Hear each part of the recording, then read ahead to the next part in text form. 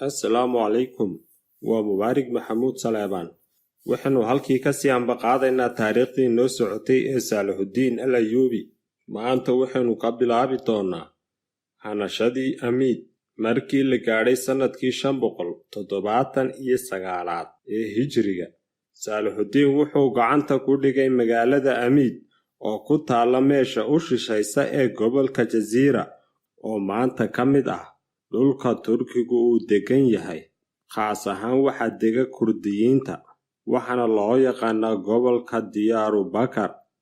Magaalada wuxuu saaray go'doomin buuxda oo muddo dheer qaadatay markii ay diideen inay isdhiibaan, maxaa yeelay waxay haysteen kayd xoog leh oo ay muddo ku noolaanayaan. Markii dambe si nabad ah bay isu dhiibeen, markaasuu taladii kala wareegay ninkii haystay oo la odhan jiray Ibnu Niisaan, wuxuuna guddoomiye uga dhigay nin uu u ballan qaaday oo la odhan jiray Maxamed bin Qoraa Arsalaan. Saalixudiin dhulkaas uu ku duulay dhammaan waxaa soo galay oo haystay gaaladii kiristaanka ahayd.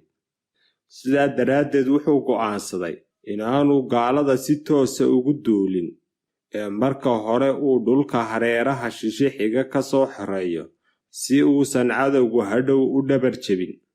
Dabadeedna suldaanku wuxuu ku soo laabtay Xalab oo iyaduna ku caasiyowday, wuxuuna saaray go'doon. Dadkii joogayna way la diriireen oo waxaa halkaas dhaawac culus ku soo gaadhay Buuri binu Ayyuub oo suldaanka walaalkii ahaa. Dhaawacii buuna dhowr maalmood kadib u dhintay. Haddaba markii dambe ninkii gobolka haystay wuxuu kula heshiiyey inuu u beddelayo magaalada Sinjaar la yidhaahdo ee gobolka Jasiira ku taal haddii uu magaalada si nabad ah u soo dhiibo. Kadibna heshiiskaas ayuu aqbalay oo magaaladii si nabad ah ayuu ku soo dhiibay. Kadibna suldaanku wuxuu u beddelay ninkaas gobolka Jaziira. Maalintaas bay Xalab si toos ah suldaanka u hoos timid, wuxuuna u magacaabay guddoomiye uu ku kalsoon yahay. Wuxuu doonayay meelaha ahmiyadda leh inuu wada xoreeyo oo dad uu ku kalsoon yahay dhigto si ay garab ugu noqdaan markuu halganka jihaadka bilaabo. Dabadeed suldaanku isagoo ciidankiisii horkacaya ayuu Xalab ka baxay dhammaadkii bishii Rabiicul Aakhir. Wuxuu sii maray Xamaa, dabadeed Ximis. Dimashqna wuxuu galay bishii Jamaadul Uulaa 3deedii, isagoo soo guulaystay oo gobolka Jasiira iyo Xalab ay gacantiisa si buuxda u soo galeen.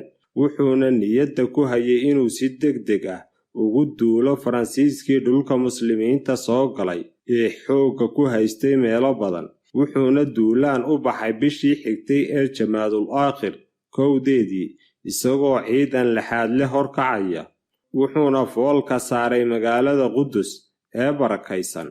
Wuxuu sii socdaba wuxuu gaadhay magaalada Biisaan, markaasuu cagta mariyey oo sii dhaafay oo wuxuu degay dooxada Caynu Jaaluud. Haddaba markii la gaadhay bishii Rajab, Suldaan Saalixudiin wuxuu ku duulay magaalada Karak oo go'doomin ayuu geliyey.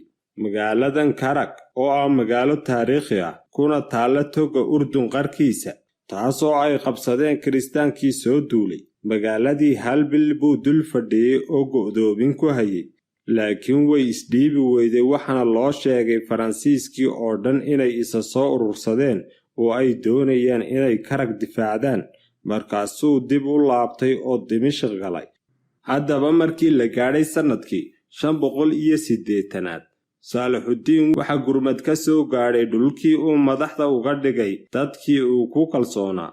Waa gobollada Jasiira, Sinjaar iyo Xalab, sidoo kale Masar. Dhammaantoodna waxaa hogaaminayay guddoomiyeyaashii uu isagu u magacaabay. Markaasuu ciidankiisii iyo gurmadkaas oo iswata ula kacay dhinaca iyo magaaladii Karak ee uu sannadkii hore kari waayey inuu galo. Waxayna magaaladii go'doomin ku soo rogeen bishii Jamaadul Uulaa. Kadibna waxay u rakibteen madaafiicdii waagaas la haystay ee majaniiqa loo yiqiin. Magaaladaas in la furto muslimiinta qiimo weyn bay ugu fadhiday oo waxay ku taaleen waddadii xaramka Maka loo sii mari jiray. Isla markaasna markii Qudus iyo Shaam la doonayo in ciidan lagu saaro oo la xoreeyo, haddaan iyada gacanta lagu sii dhigin ciidankan Karag ayaa hadhow dhabarjebin muslimiinta ku noqon kara. sidoo kale xagga badda iyo berigaba muslimiinta jidgooyooyin bay ku hayeen oo marinka Caqaba bay dhinac ka saaran tahay. sidoo kale magaalada Makana way u dhowdahay. suldaankii markii uu magaaladii go'doomiyey bay dhammaan ciidankii Faransiisku ku soo duuleen iyagoo magaalada raba inay difaacdaan. kadibna magaaladii ayuu ka guuray oo dagaal qadhaadh la galay ciidankii ku soo duulay. haddaba waxaa ka soo gashay wakhtigaa bishii Ramadaan. dib ayuuna markaa u laabtay Saalixudiin. haddaba wuxuu aaday magaalada Mowsil. kadibna isagoo jooga magaaladii ayuu ku xanuunsaday oo halis gaadhay. kadib suldaankii markii uu soo laabtay ee uu caafimaadkiisii helay, maamulkii dowladdiisana kala shaandhayn ayuu ku sameeyey oo guddoomiyayaashii kala bedbedelay. wuxuuna u diyaar garoobay jihaad dhab ah inuu galo.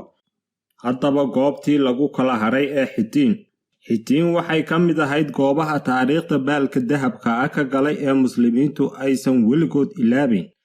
waxay ka mid tahay goobihii caanka ahaa ee guusha uu Alle ku siiyey ummadda muslimiinta ah. haddaba waxaa la gaadhay sannadkii 583 oo ahaa guga uu dhacayo dagaalka goobtii Xitiin, oo ahaa goob lagu kala hadhay oo bishaaro u ahayd furashadii Qudus. ibnu Kasiir wuxuu ka soo xigtay taariikhyaqaankii ibnu Adhiir inuu yidhi sannadkaasi wuxuu ku bilowday maalin sabti ah, waxayna ahayd maalintii Nayruuska ee guga Faris uu kowda ahaa. sidoo kale wuxuu waafaqay bilowgii sannadkii Roomaanka. suldaankuna maalintaas bisha Muxaram ay kowda ahayd ee sannadka Islaamka buu Dimashq ka baxay, isagoo hogaaminaya ciidan aad u awood badan oo wuxuu agbaaray magaalada Busra. wuxuuna degay qasriga Abusalaama isagoo halkaas ku sugaya xujaydii oo waajibka soo gudatay, si looga badbaadiyo xujayda inuu dhibaato u geysto gaalka magaalada Karaag haystay oo isagu muslimiinta laf dhuun gashay ku noqday oo marankii xujayda fadhiistay. haddaba markii ay xujaydii nabad ku gudbeen dhammaadkii bishii Safar, suldaanku markaasuu meeshii ka guuray oo wuxuu dul fadhiistay Karaag. ciidankii Masarna waa soo galay oo suldaanka ayay u yimaadeen. markii haddaba la diyaar garoobay, suldaanku wuxuu ciidankii u dhaqaajiyey dhinaca dhulka xeebaha ah. ciidanka rasmiga ah ee uu watay waxay tiradiisu ahayd 12,000 oo askari, marka laga reebo ciidanka iskii u jihaadaya. gaaladiina markii ay maqleen inuu ku soo aadan yahay bay dhammaantood isu tageen oo ku tashadeen inay u midoobaan oo wixii khilaaf dhexdooda ahaa ay meel iska dhigaan. cidina kamay maqnayn oo wixii dooxo joogay iyo wixii dul joogay iyo wixii xeeb joogay way isu wada yimaadeen oo waxay walwaalayeen macatabyo waaweyn oo ay moodayeen inay guul ku helayaan. waxay wateen ciidan aan tiradiisa la koobi karin, waxaana lagu sheegay inuu ciidankoodu ahaa 63,000 oo askari oo qalabkoodu u dhan yahay. haddaba intii ay soo gurguuranayeen ayuu suldaankii yimid degmada Tabaariya oo Shaam ka mid ah oo gaaladii kala wareegay. wixii ay ka heleena saahaydii ciidanka ayay ku sii xoogsadeen. magaalada qalcadeediina albaabka ayay xidheen. iskumana uu hawline hore ayuu isaga dhaafay sababtoo ah wuxuu doonayay ciidankooda lixaad kale inay maanta kala hadhaan. markaas qalcad ciidan yar ku jiro wax dan ah kama lahayn, waayo kuma sii jirayeen haddii culweynahooda la jebiyo. haddaba haradii Tabaariya ee biyaha macaan lahayd isagaa gudaha soo gashaday oo cadowga ka xigsaday. biyuhuna ciidanka xoogga leh qiimo badan bay ugu fadhiyaan oo ciddii biyo xoog leh haysatabaa guushu xigaysaa.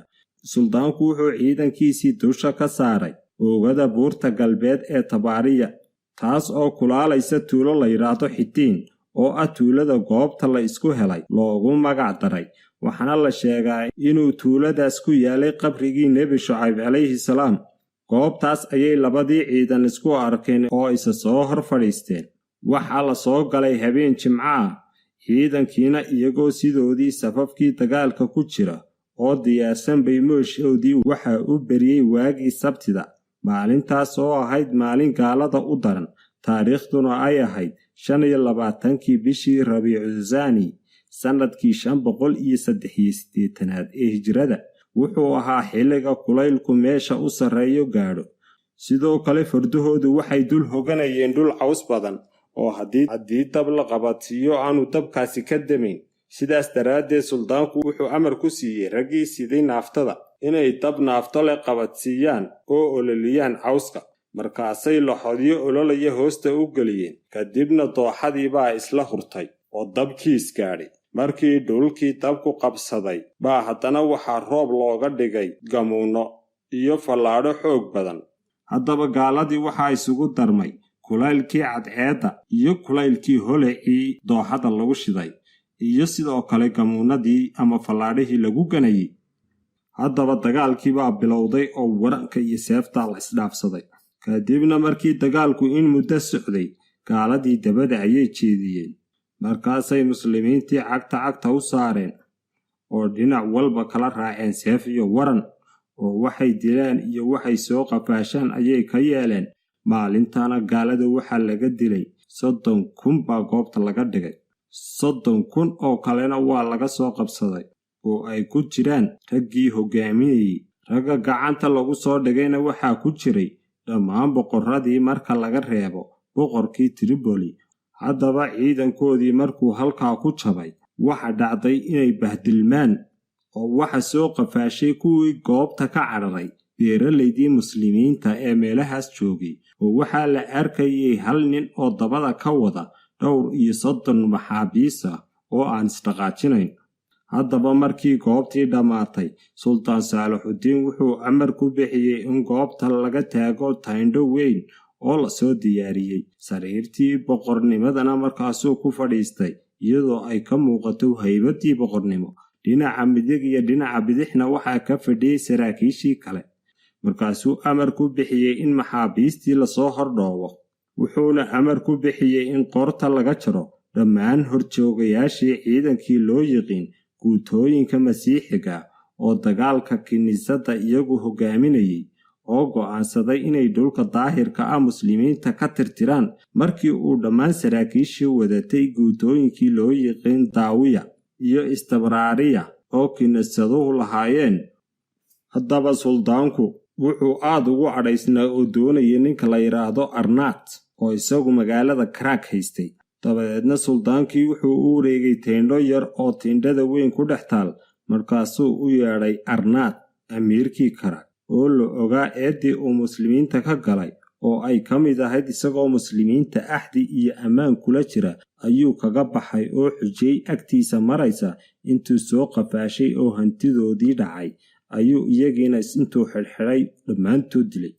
haddaba Saalixudiin intuu seef soo qaatay buu ku yidhi nebi maxamed sallallahu calayhi wasallam anigaa wakiil u ah. maanta ayaadna arkaysaa caydii aad u geysatay inaad eedo. markaasuu qoorta ka jaray. dabadeedna wuxuu ku xejiyey dhammaan askartii ka tirsanayd guutooyinkii kiniisadda ee dadka xasuuqi jiray. markaasuu dhammaantood wada laayay oo qoorta ka jaray. dabadeedna hogaamiyeyaashii maxaabiistii iyo madaxyadii dadkii magaca lahaa wuxuu u diray Dimashq si dadka loogu bishaareeyo. maalintaasna muslimiintii waa isu soo baxeen iyagoo ku bishaaraysanaya guusha Alle siiyey oo cadowgii muddada badan gumaadka iyo duulaanka ku hayay uga hiiliyey. dabadeed suldaanku wuxuu halkii ka sii waday duulaankii uu dhulka hadhay ku xorayn lahaa. maantana halkaas ayaynu ku joojinaynaa. halkaasaynu ka sii ambaqaadi doonaa iyo xorayntii Qudus. wasalaamu calaykum waraxmatullaahi wabarakaatu.